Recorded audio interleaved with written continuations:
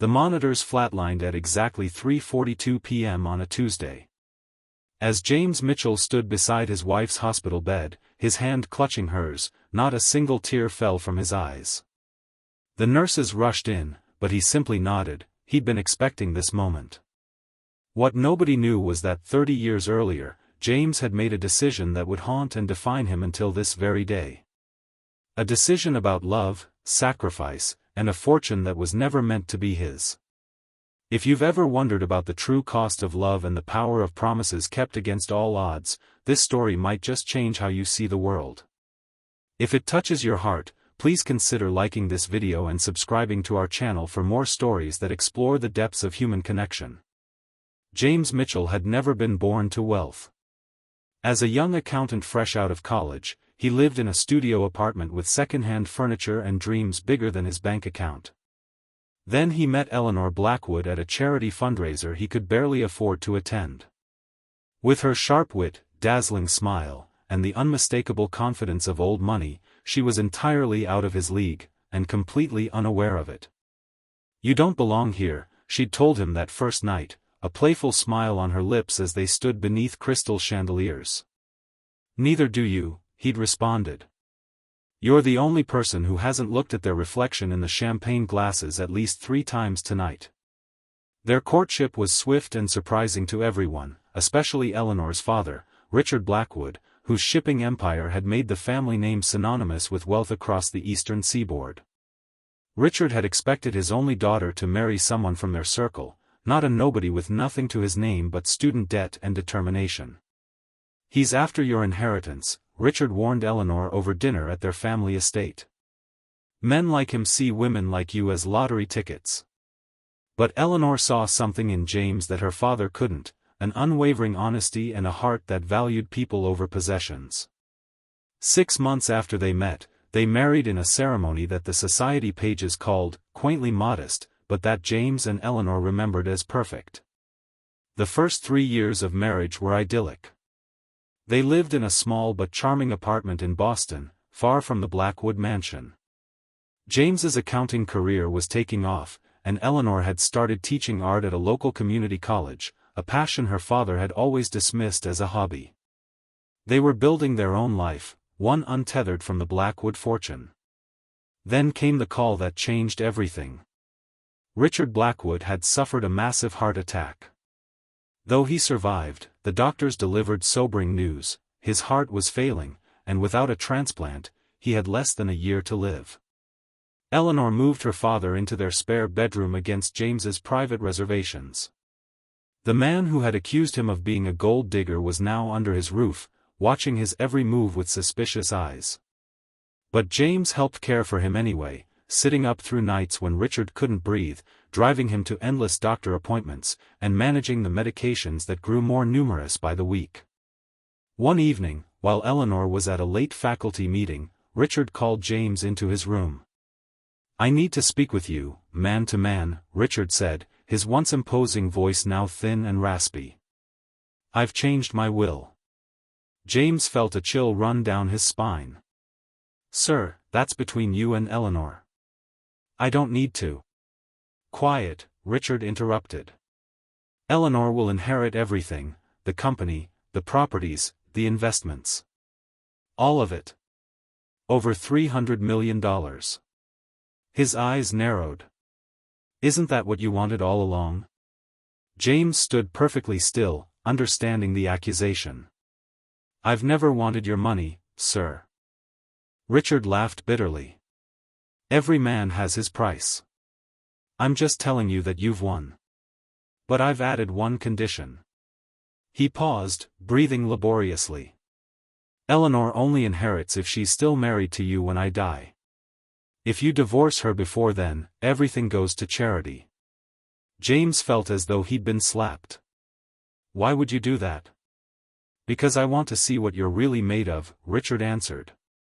"If you stay, knowing what's coming to her, I'll know you were after the money all along. If you leave her now, well," he shrugged weakly, "at least my daughter will learn the truth about you before I'm gone." That night, James didn't sleep. The inheritance trap was elegant and cruel. If he stayed, he proved Richard right. If he left, he lost Eleanor and proved Richard right in a different way. Either way, Richard won. But there was something Richard hadn't counted on. James truly loved Eleanor, not for what she might inherit, but for who she was.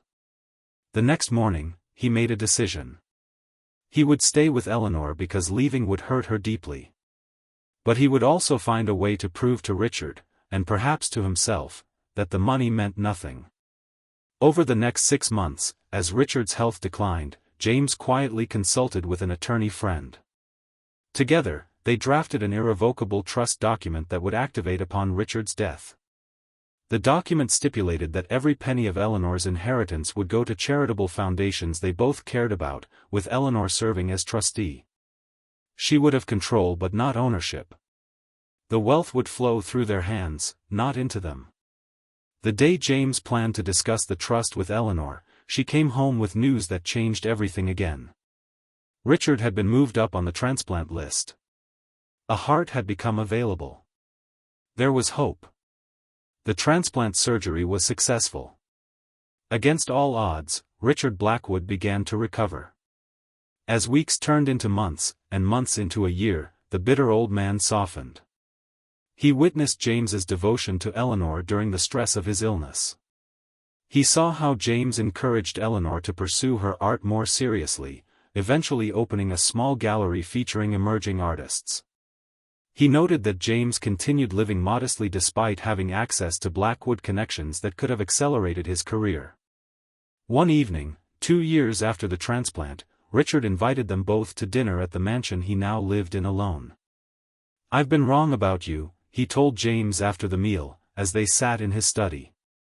"And I've been wrong about many things." He pulled out a folder and placed it on the table. "I've changed my will again. Eleanor will inherit everything, no conditions. But I'm also establishing a foundation I'd like you to run, James. Your financial background and your moral compass would be valuable." James looked at Eleanor, whose eyes brimmed with tears of relief at this reconciliation, then back at Richard. "I appreciate that, sir. But before you finalize anything, there's something I should show you." He retrieved his own folder containing the trust document he'd prepared but never implemented. Richard read it silently, his expression unreadable. "You were going to give it all away," Richard finally said. "Not give it away," James corrected. "Direct it toward purposes Eleanor believes in. Money is just a tool, sir. What matters is how it's used." Richard Blackwood lived for another 15 years. In that time, he became the father James had never had and the father Eleanor had always wanted.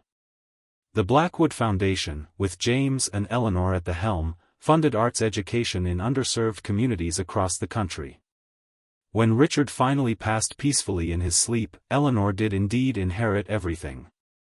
And true to the vision in James's trust document, much of the wealth flowed to causes they championed together.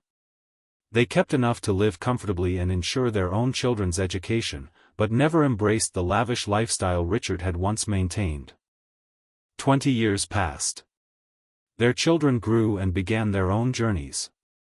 James and Eleanor traveled, taught, and built a life rich in meaning if not excessive luxury. Then came the diagnosis that shattered their world. Eleanor had early-onset Alzheimer's disease. The progression was cruelly swift. Within 3 years, the brilliant, vibrant woman who could discuss art history for hours sometimes couldn't remember James's name. The wealth they had carefully stewarded now served a new purpose, providing the best care possible as Eleanor's condition deteriorated. In her moments of clarity, Eleanor would squeeze James's hand and whisper, "You never left." "I never will," he would answer. And he didn't. Not through the sleepless nights, the repeated stories, or the days when she raged at him as a stranger. Not even when she no longer recognized their children or herself in photographs. James remained steadfast, rearranging his life around her care, learning medical procedures, researching experimental treatments, and still finding ways to bring moments of joy into her diminishing world. On her final day, during a rare moment of lucidity, Eleanor looked up at James with recognition in her eyes for the first time in months. "You stayed," she whispered. "Even knowing everything would be yours in the end." James leaned close, his voice breaking. "Nothing was ever about the inheritance, Eleanor. It was always just about us." The monitors flatlined at exactly 3:42 p.m. on a Tuesday. As James Mitchell stood beside his wife's hospital bed, his hand clutching hers, not a single tear fell from his eyes. They would come later, in private, in abundance. For now, he simply stood in silent testament to a promise kept. In the days that followed, as James began the painful process of settling Eleanor's affairs, her attorney presented him with a letter she had written years earlier, to be delivered after her death. "My dearest James," it read. "By now, you truly have inherited everything, not the money or the properties, which mean nothing in the end, but the wealth of a life fully shared. I want you to know that I saw you, every day, choosing to stay not because of what would come to you, but because of what we built together.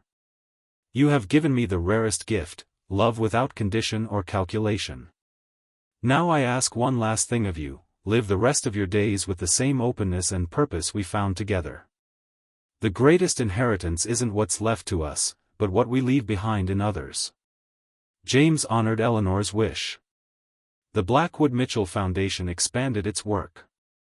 He volunteered teaching financial literacy in the same community college where Eleanor had once taught art.